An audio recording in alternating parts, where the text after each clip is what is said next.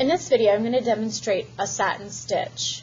For a satin stitch, you need to already have your shape outlined, either in a back stitch, as is the case with this, or use a running stitch to outline your shape. A satin is a filler stitch, so when and I'm using a different yarn color than my outline so that way you can see the contrast. You can use any yarn color you want. But what you would start with is you would start from underneath and you would start on one edge of your shape and then gradually snaking your way across to the other edge of the shape. So I'm going to pinch right where I want my needle to come through. Stop when I have about a 2 to 3 inch tail. And then I'm going to jump across the shape and go through. So I've jumped across, but I'm still inside that the back stitch. Pull, and now I'm going to come in from underneath right here, right next to this stitch, right at the edge of the shape.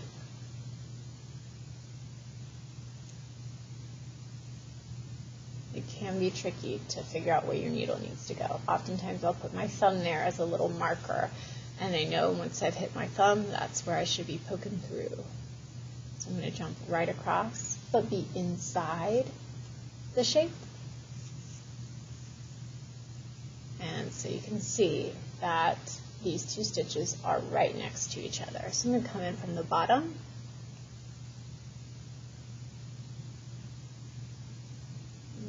There we go. Oops.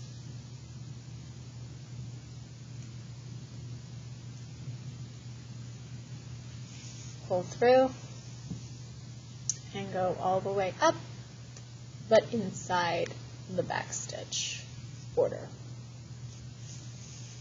Pull through,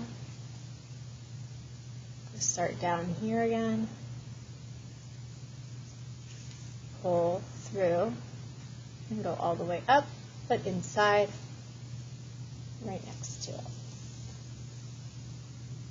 So you can see at this point, it's just the stitches are right next to each other. The size of the stitch depends on the size of the shape you're trying to fill. It is tricky with this one. The tricky part is you don't want to pull so hard that you've got bunching.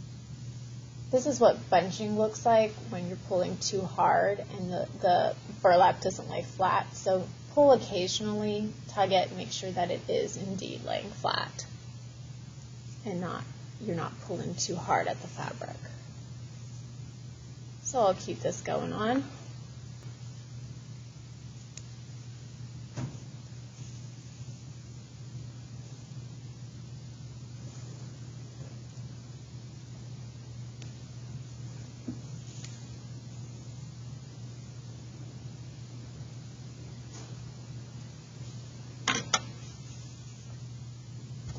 And that fills in the shape. When you're done, flip it over and leave a 2 to 3 inch tail.